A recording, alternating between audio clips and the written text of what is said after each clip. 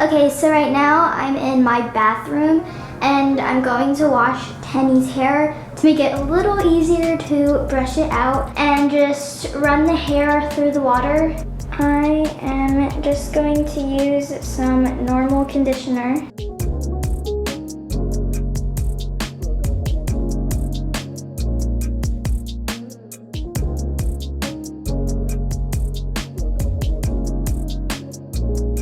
We're all done in the bathroom, so now I'm going to take my wire wig brush and try to brush through her tangly mess.